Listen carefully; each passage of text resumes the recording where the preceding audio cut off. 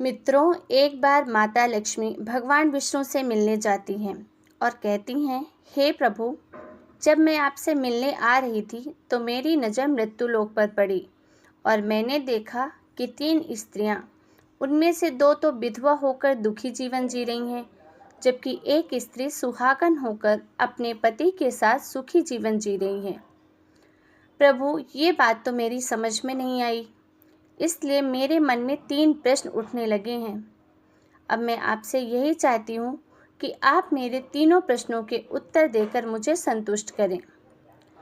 इस प्रकार माता लक्ष्मी की बात को सुनकर भगवान विष्णु कहते हैं, हे लक्ष्मी, तुम मुझे अपने तीनों प्रश्नों को बताओ, मैं तुम्हारे प्रश्नों का उत्तर अवश्य दूंगा। लक्ष्मी जी कहती हैं, प्रभु, मेरा पहला प्रश्न है कि कौन सी स्त्री समय से पहले विधवा हो जाती है। दूसरा, कौन सी स्त्री को जीवन में कभी सुख नहीं मिलता। और तीसरा, कौन सी ऐसी चीज़ है जो एक पत्नी अपने पति को मांगने से भी नहीं देती। इस प्रकार माता लक्ष्मी के प्रश्नों को सुनकर विष्णु जी कहते हैं, मैं तुम्हें एक छोटी सी कहानी सुनाता हूँ। ध्यान से सुनना, क्योंकि तुम्हारे तीनों प्रश्नों के उत्तर इसी कहानी में हैं। यदि तुमने ध्यान से सुना तो तुम्हारे तीनों प्रश्नों के उत्तर अवश्य मिलेंगे। लक्ष्मी जी कहती हैं, प्रभु, मैं आपकी बात से सहमत हूँ। आप बताइए, मैं ज़रूर ध्यान से पूरी कहानी सुनूंगी और जब तक कहानी आप बोलेंगे तब तक मेरा मन किसी दूसरे स्थान पर नहीं जाएगा। विष्णु जी कहते हैं, लक्ष्मी, सबसे पहले मैं तुम्हें उस स्त्री की कहानी सुनाता हूँ जो सुहागन है। जिस सुहागन स्त्री की बात तुम कर रही हो, वो स्त्री एक राजा के नौकर की पत्नी है और जिस नौकर की वह पत्नी है, उस नौकर को अपनी पत्नी पर पूरा विश्वास है कि उसकी स्त्री पतिव्रता है। अब एक दिन की बात है, राजा के नौकर ने अपनी पत्नी की प्रशंसा इतनी कही कि ये बात धीरे धीरे फैलकर राजा के दरबार तक पहुंच गई। राजा ने नौकर को बुलाया और उस नौकर से कहा कि तुम हर किसी से कहते हो कि तुम्हारी पत्नी पतिव्रता है, क्या वास्तव में ऐसा है? तुमको पूर्ण विश्वास है? तो राजा की बात सुनकर नौकर कहने लगा, महाराज, मुझे पूरा विश्वास है मेरी पत्नी पर, पूरी तरीके से पतिव्रता है मेरी पत्नी। अब इसी समय राजा का महामंत्री कहने लगता है कि यदि मैं तेरी पत्नी का पतिव्रत धर्म खंडित कर दूं तो तुझे क्या सज़ा मिलनी चाहिए। तो नौकर ने कहा, यदि तुम मेरी पत्नी का पतिव्रत धर्म खंडित करते हो तो महाराज मुझे फांसी लगा देना। अब उधर वह राजा का नौकर भी मंत्री से कहता है कि महाराज, यदि मेरी पत्नी का पति धर्म खंडित नहीं हुआ तो इनको भी फांसी की सज़ा दी जानी चाहिए। विष्णु जी कहते हैं, लक्ष्मी मंत्री ने स्वीकार कर लिया और नौकर से पूछा कि क्या लाऊं जिसे तू माने कि तेरी पत्नी का धर्म खंडित हो गया है। नौकर ने कहा कि यदि तुम मेरे घर से जाकर मेरे विवाह के समय पर मुझे एक पटका और एक कतार मिली थी, वह मेरी पत्नी ने बहुत संभाल कर रखी है, जो कि सुहाग की निशानी है, तो यदि तुम उस पटके और कतार लाकर मुझे दिखा दो तो मैं मान जाऊंगा कि मेरी पत्नी का धर्म तुमने नष्ट कर दिया है। अब शर्त स्वीकार हो जाने के बाद वह मंत्री शहर में जाता है और एक दूती से जाकर मिलता है। वह दूती हमेशा एक दूसरे से भिड़ाने का काम करती थी और जो काम कोई नहीं कर पाता वह काम करने में सक्षम थी वो। फिर मंत्री ने उस दूती को अपने स्वार्थ के लिए बुलाया और दूती से कहा कि देखो, इस नाम का एक व्यक्ति है, उससे मेरी शर्त लगी है। और फिर उसने शर्त के बारे में सब कुछ दूती को बता दिया और उससे कहने लगा कि तू कैसे भी करके उस स्त्री से मेरा संपर्क करवा दे, तुझे जितना धन चाहिए मैं ज़रूर दूंगा।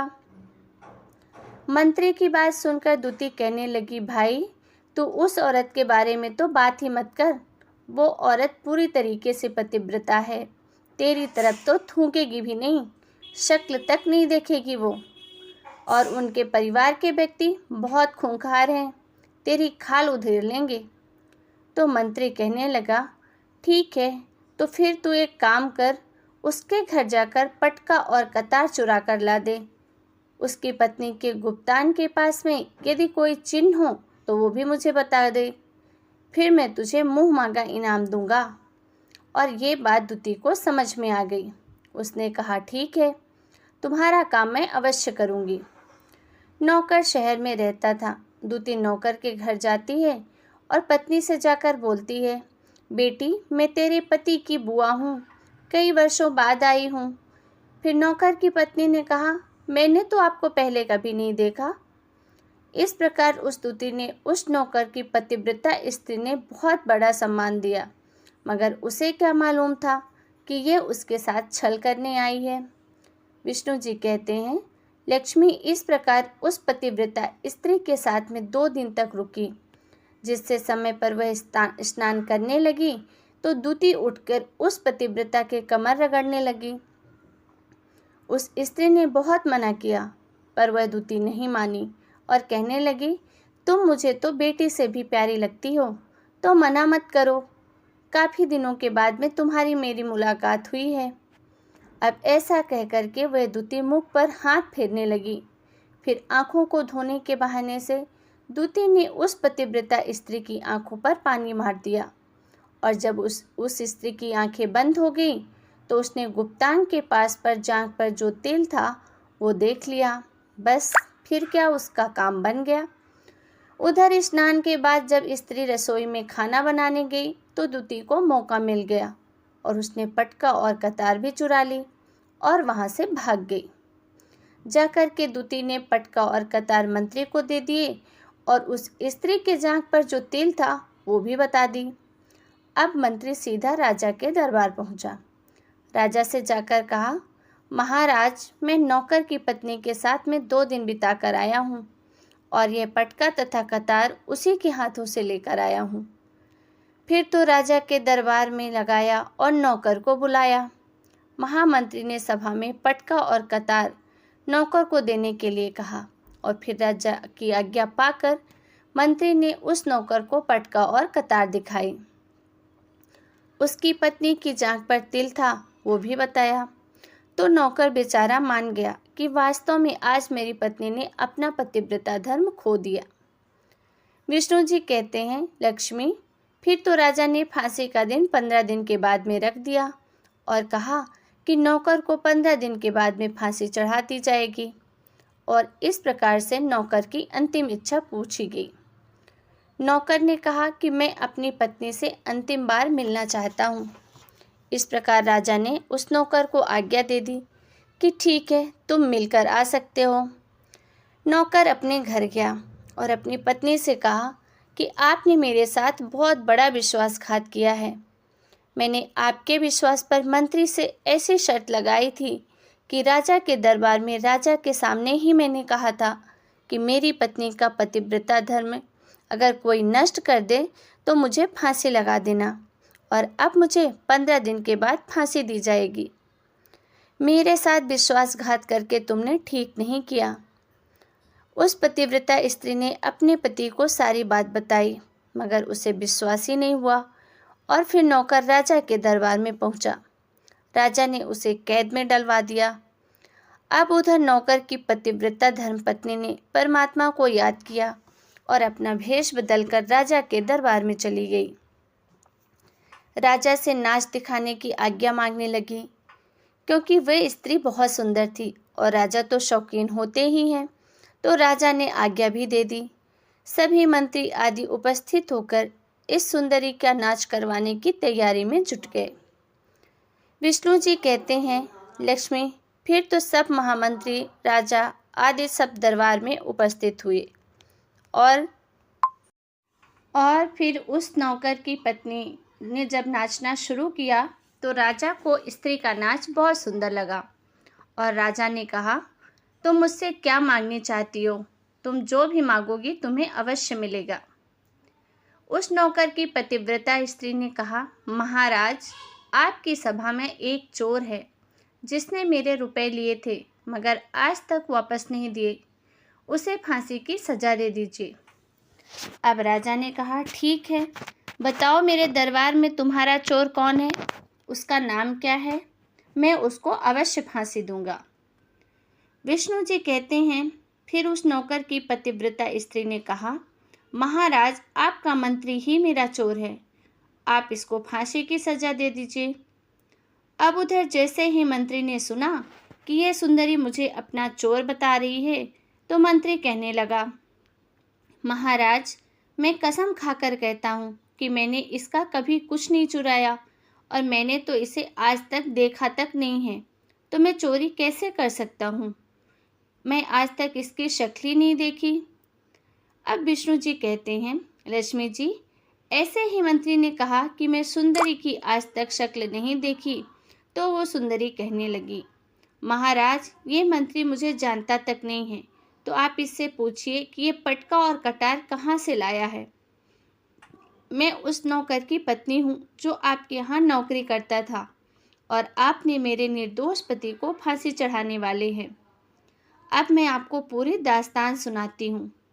ये जो आपका मंत्री है, इसने मेरे पास में अपनी एक दूती को भेजकर मेरी जान के दिल का पता लगाया था और उसी ने ये पटका कतार चुराकर इसको लाकर दी। और आपके मंत्री के द्वारा भेजी गई दूती जब मेरे घर पर आई थी, तो उसने मुझसे कहा कि वह मेरे पति की बुआ है और वो पहली बार आई है, इसलिए मैं उसको नहीं पहचान सकी। महाराज, इस प्रकार मैंने उस स्त्री को अपने यहाँ पर बहुत सम्मान दिया और अपने घर पर उसके ठहरने की व्यवस्था भी की। और इस प्रकार उस नौकर की पतिव्रता स्त्री की बात को सुनकर राजा ने दूती को बुलाया और फिर उस दूती ने राजा को सारी सच्चाई बता दी, और जिससे राजा ने उस नौकर को रिहा कर मंत्री को फांसी पर चढ़ा दिया। तो भगवान विष्णु जी कहते हैं, लक्ष्मी, इस प्रकार उस नौकर की पतिव्रता स्त्री ने अंत में राजा से कहा, महाराज, मैं अपने पति से बहुत प्यार करती हूँ और मैं एक चरित्रवान स्त्री हूँ जो कभी भी मैंने अपने पति का नाम तक अपने मुंह से नहीं लिया। विष्णु जी कहते हैं, लक्ष्मी, मेरी पूरी कहानी खत्म हुई। अब तुम अपने तीनों प्रश्नों के उत्तर सुनो। पहला प्रश्न था, कौन सी स्त्री समय से पहले विधवा हो जाती है? तो जो स्त्रियां अपने पति का नाम लेती हैं, वह समय से पहले विधवा हो जाती हैं, क्योंकि पति का नाम लेने से पति की उम्र कम हो जाती है और समय से पहले ही उनकी मृत्यु हो जाती है। ऐसी स्त्रियां जो पति का नाम लेती हैं, समय से पहले ही विधवा होकर एक दुखी जीवन जीती हैं। बस यही एक राज की बात है। तुम जिन 3 सहेलियों की बातें कर रही थी ना, उनमें से 2 विधवा थी और एक ये नौकर की पत्नी थी जो पतिव्रता स्त्री थी, जिसने कभी भी अपने पति का नाम मन से ना लिया। और उधर वह 2 स्त्रियां जो विधवा होकर दुखी जीवन जी रही हैं, वह हमेशा अपने पति का नाम लेकर बुलाती थी, जिसकी वजह से उनके पति की उम्र कम होती गई और फिर वो दोनों स्त्रियां समय से पहले विधवा हो गई, जिससे कि वो आज दुखी जीवन जी रही हैं। इसीलिए कभी भी स्त्रियों को अपने पति का नाम अपने मुंह से नहीं लेना चाहिए। अब तुम्हारा दूसरा प्रश्न कि कौन सी स्त्री को जीवन में सुख नहीं मिलता, तो समझ लो, जो स्त्रियां अपने पति के बिना अनुमति के किसी तीर्थ स्थान या उत्सव में जाती हैं, उनके जीवन में कभी सुख नहीं आता। ऐसे स्त्रियां जीवन भर दुखी रहती हैं और उन्हें पति का प्रेम भी नहीं मिलता। विष्णु जी कहते हैं कि लक्ष्मी, तुम्हारा तीसरा प्रश्न था कि ऐसी कौन सी चीज़ है जो एक पत्नी अपने पति को मांगने से भी नहीं देती, तो वो चीज़ है गाली। एक चरित्रवान स्त्री कभी भी अपने पति को गाली नहीं दे सकती, और जो स्त्री गाली देती है वो कभी चरित्रवान नहीं हो सकती। और ऐसी स्त्री जीवन भर रोती है, उसके जीवन में कभी सुख नहीं आता और समय से पहले ही ऐसी स्त्री विधवा हो जाती है।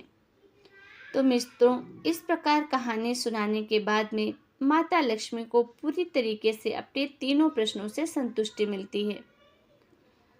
वास्तव में जो स्त्री चरित्रवान होती है वह कभी दुखी जीवन नहीं जीती, क्योंकि ऐसे घर में लक्ष्मी जी का सदा वास होता है और वह घर धन धान्य से हमेशा भरपूर बना रहता है। ऐसी स्त्रियां हमेशा घर को स्वर्ग बना देती हैं। वीडियो को अंत तक